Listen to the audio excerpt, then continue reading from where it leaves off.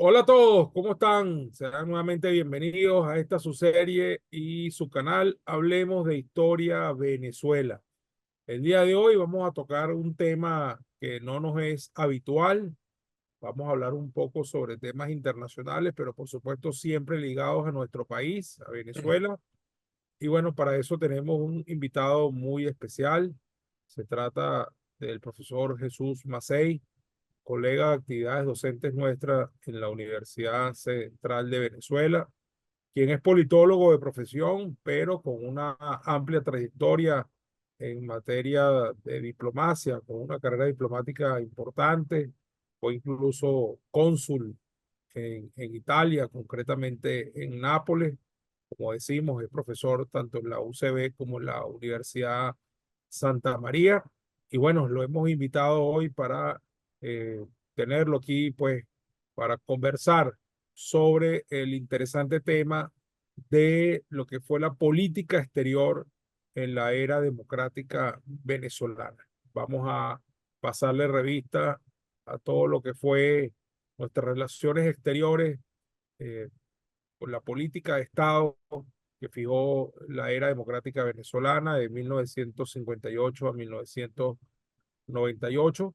Y para eso pues contamos con Jesús, que es experto y fue partícipe de esa política, ocupando diversos cargos eh, en esa etapa de la política venezolana. Bienvenido, Jesús.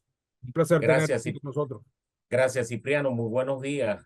Un placer y un honor estar presente en este sitio tuyo tan importante que es un medio de difusión de nuestra historia en sus diferentes dimensiones, que hoy es muy importante. Muchas gracias, muchas gracias. No, un placer, Jesús, de verdad que sí. Además, habíamos estado buscando la oportunidad para tenerte aquí y bueno, surgió este tema tan interesante del cual hemos hablado muy poco en este programa, te confieso. Sí hemos tenido temas de política internacional. Tuvimos, por ejemplo, al profesor Juan Carlos Sainz y al profesor Bolívar hablando sobre el tema del Esequibo el año pasado. Muy interesante todo el contexto histórico que nos planteamos, desde Bolívar hasta acá. Este, pero este tema que vamos a hablar contigo es un tema interesante, novedoso para nosotros y que nos va a permitir ver una arista distinta de lo que ha sido la política exterior venezolana. Eso vamos a poner a la gente en contexto, ¿no? Este, Vamos a hablar de 40 años que han sido únicos en la historia de Venezuela. 40 años en los cuales los gobiernos fueron electos democráticamente a través del voto popular. 40 años en los cuales se alternaron el poder, gobierno y oposición. 40 años de gobiernos civiles y 40 años donde independientemente de las diferencias, las mismas fueron dirimidas siempre a través del voto popular y se siguieron políticas de Estado, a pesar de que por supuesto cada presidente le dejó su impronta allí manifestada, su impronta personal, y por supuesto los partidos también tenían su política particular, pero de alguna manera hubo política de Estado. Y seguramente tú en tu narración lo vas a dejar constancia de eso, ¿no? Y bueno, fueron 40 años civilistas de progreso para el país en todo sentido y donde se dejó una huella muy profunda en todo, desde todo punto de vista, ¿no? Entonces, allí, en uno de los aspectos donde también se dejó una huella, sin duda alguna, fue en política exterior y de eso es de lo que tú nos vas a hablar. Entonces, bueno, Jesús, nuevamente bienvenido, muchas gracias y bueno, somos todos oídos. Gracias, Cipriano. Bueno, ciertamente la política exterior de lo que muchos han denominado, entre otros historiadores de la talla de Germán Carrera como República Civil, tuvo entre sus múltiples manifestaciones en el área de una política pública, la política exterior, este, se puede decir un hilo conductor. Hubo temas y agendas diferentes de acuerdo al contexto histórico que le tocó vivir a cada ejercicio presidencial Y entonces esto definió la política exterior de aquellos tiempos. Podemos empezar, por ejemplo, el gobierno de Betancourt, que se inicia dentro de un contexto de marcada Guerra Fría, eh, la irrupción de la Revolución Cubana y también la irrupción y una era de optimismo a finales de los 50 de una serie de gobiernos democráticos en América Latina en aquel entonces. El gobierno de Betancourt fue uno de esos, un gobierno de coalición enmarcado de lo que fue el Pacto de Punto Fijo, donde fueron corresponsables de gobierno COPEI y Unión Republicana Democrática, URD. Entonces, los dos cancilleres que tuvo el presidente Betancourt fueron Ignacio Luis Arcaya y Marco Falcón Briceño. Esa política exterior fue una política exterior realista de carácter defensivo defensivo en algunos aspectos en dos o tres principios fundamentales. El principio de la no intervención en los asuntos internos de otros países. En segundo lugar, una política exterior de promoción de la democracia. Y en tercer lugar, una política exterior que buscaba abrirse de una forma abierta y democrática a los países del mundo. Una política occidental, por supuesto, donde el principal aliado que tuvo Betancourt en aquella época fue fue el gobierno de los Estados Unidos de América, ¿no? Fue una época dura, muy difícil, porque la situación interna que hubo en aquellos años, por supuesto, impactó el sector externo, el área de la política exterior, por el papel que tuvo Cuba en inmiscuirse en los asuntos internos de Venezuela y promover la reciente insurgencia de izquierda, liderizada por el movimiento de izquierda revolucionario y el Partido Comunista. Entonces, los temas que tuvo la política exterior de Betancourt, para resumirlo rápidamente, fue la integración latinoamericana, reactivar lo que fue la reclamación del Esequibo, cuando en el año 62 Venezuela presentó por medio de su canciller, el embajador Raúl Sosa Rodríguez, ante el Comité de Colonización, el tema de la reclamación del Esequibo, y a partir de ahí ese es un tema que se convierte en una prioridad importante del gobierno del presidente Betancourt. Por supuesto, también está lo que fue la contención a lo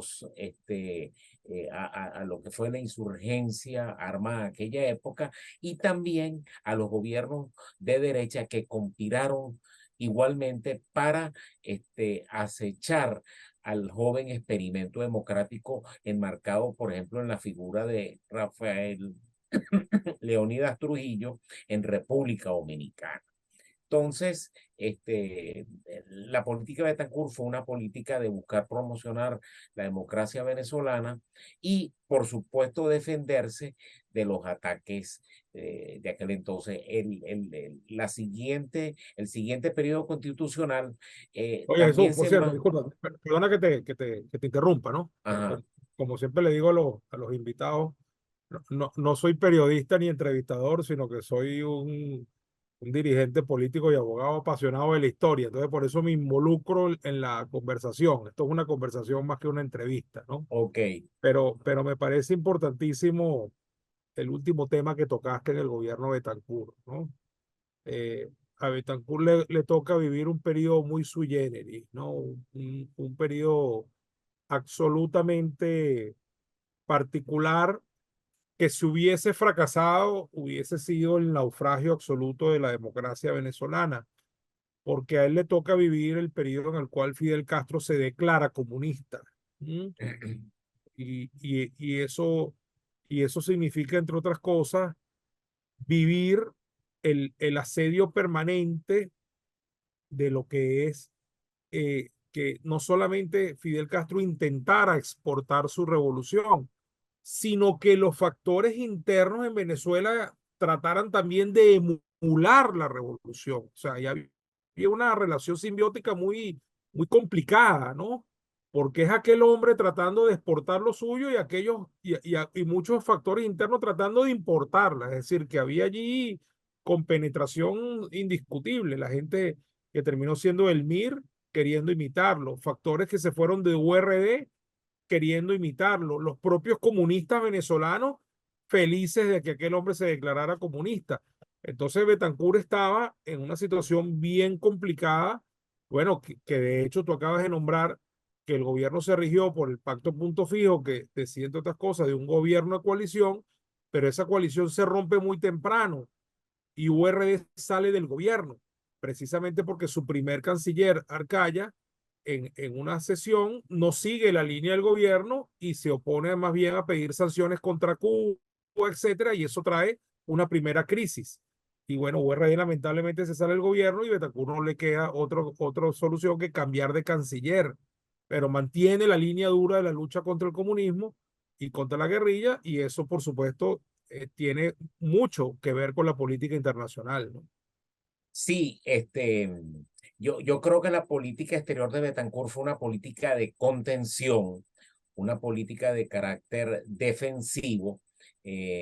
Claro, buscó, por ejemplo, desde el punto de vista económico internacional, es cuando, por ejemplo, se crea la OPEP, entonces también convertirse en un productor y en un exportador confiable a los países occidentales y sobre todo a su principal mercado, que son los Estados Unidos, desde el punto de vista económico internacional.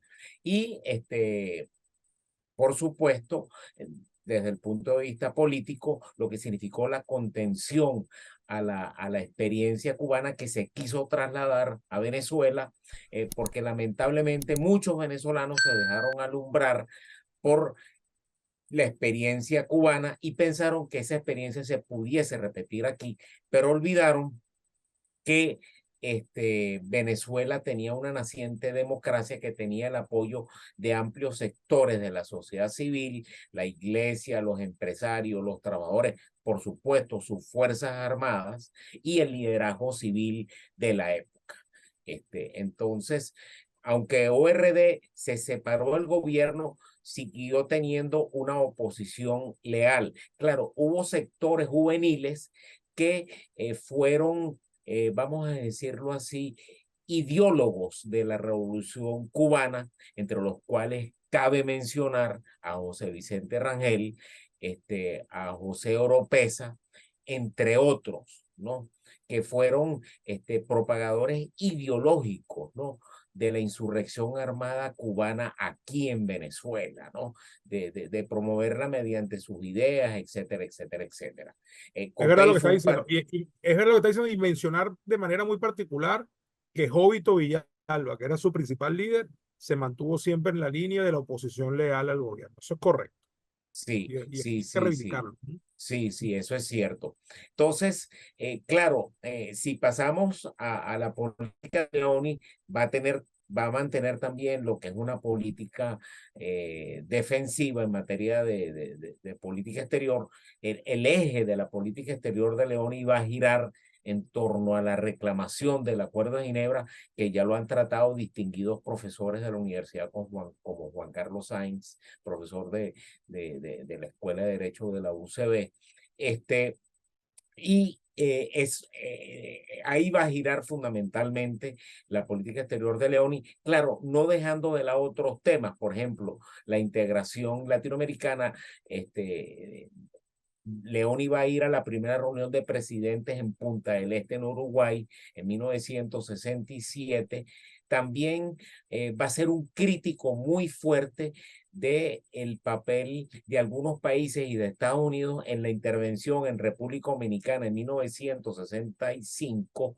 Entonces, fíjate que dentro de un respeto mutuo va a diverger con los Estados Unidos en el enfoque de cómo tratar el problema dominicano a raíz del gobierno de Juan Bosch en 1965, ¿no?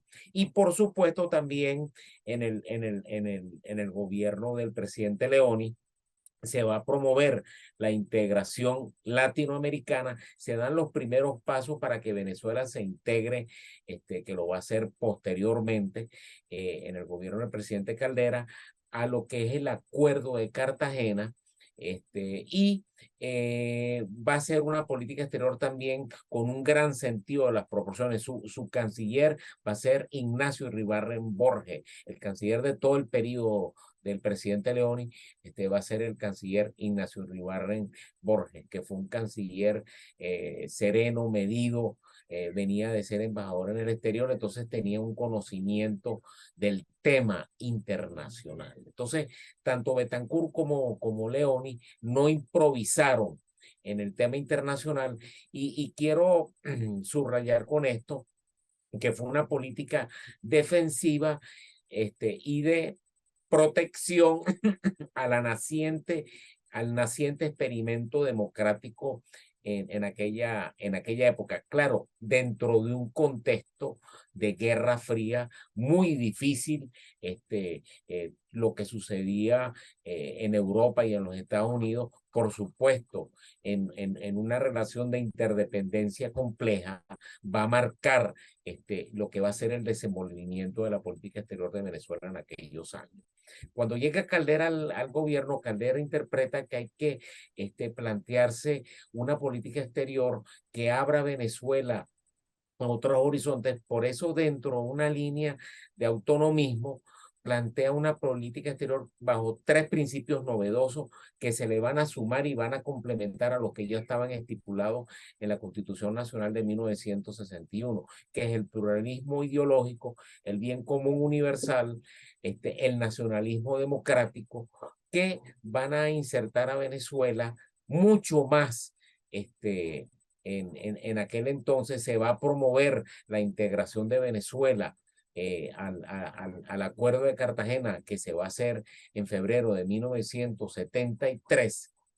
El espinoso tema de Guyana, que hasta el año 70, la reunión de las comisiones mixtas van a ser infructuosos por la actitud intransigente de Guyana de no buscar una solución práctica y satisfactoria a las partes.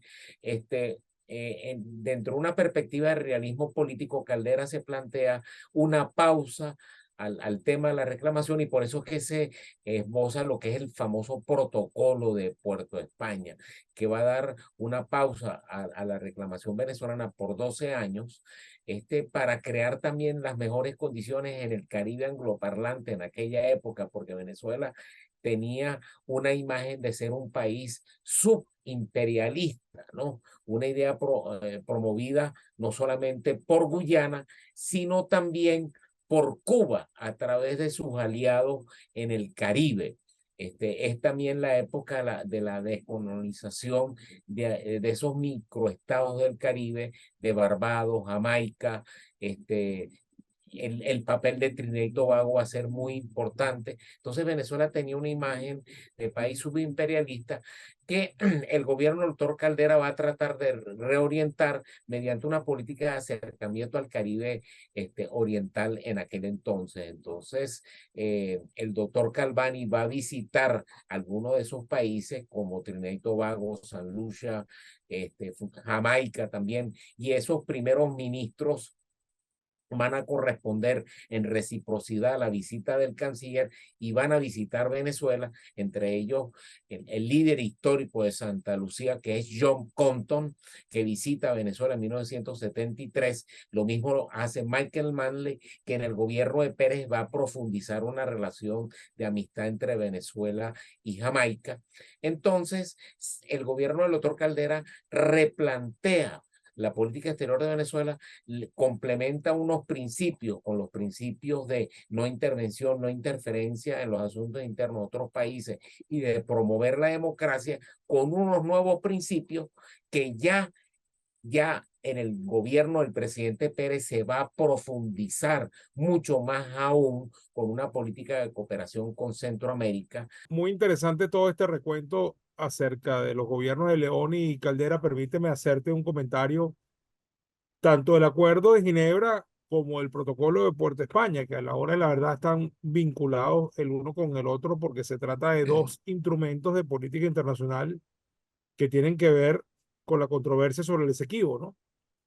Y bueno, creo que a pesar de que el tema del Acuerdo de Ginebra lo hemos tratado en otros programas, tú mismo mencionaste nuevamente al doctor Sainz y también tuvimos aquí al doctor Bolívar hablando sobre eso. Quiero reivindicar la importancia que tiene el mismo porque es el instrumento que nos ha permitido volver, o mejor dicho, mantener la reclamación viva sobre el Esequibo. Y de hecho, hoy en día, cuando estamos en medio de un juicio a nivel internacional sobre eso, es el principal instrumento que Venezuela tiene en la mano para poder sostener su reclamación y es un logro, sin duda alguna, de la política exterior venezolana que se articuló a lo largo de los gobiernos de Betancur y Leoni para poder, sin duda alguna, desmontar todo aquello que se tramó en contra del país con el laudo arbitral de París de 1899 y que sin duda alguna constituyó un despojo contra Venezuela en su momento, ¿no? Y la importancia del Acuerdo de Ginebra es fundamental para Venezuela en aquel momento y en este, donde sigue siendo el principal instrumento con el que contamos. El protocolo de Puerto España, Jesús, lo encuentro yo un poco más polémico, porque si bien entiendo las razones que esbozas, que no se había logrado nada en en los años de vigencia que tenía el Acuerdo de Ginebra, que Guyana estaba en una posición muy inflexible, que hacían ver a Venezuela como un país subimperialista, y donde era el país además grande, petrolero, poderoso, etcétera, versus la pobre Guyana. Sin embargo, congelar las conversaciones por el tiempo que se congelaron, entiendo yo que fue una decisión que sin duda alguna, que sin embargo trajo alguna crítica, ¿no? Independientemente de las buenas razones que se pueden haber tenido para tomarla. En dado caso, sin duda alguna se retomaron después y el oficiante de buena fe que había que proponer, pues, fue una fórmula que el sol de hoy tampoco trajo resultados. Pero bueno, es un par de comentarios que no quería dejar de hacerte antes de que entremos en el tema de la política exterior de Carlos Andrés Pérez, que ya viene un poco más marcada por también el tema económico y la Venezuela petrolera apabullante que desatan los nuevos precios del petróleo y la nacionalización de la industria. Adelante, Jesús. Sí, quiero solamente remarcar un aspecto del gobierno del doctor Caldera que fue muy importante que se profundizó en el gobierno de Pérez, que fue la promoción de las exportaciones no tradicionales.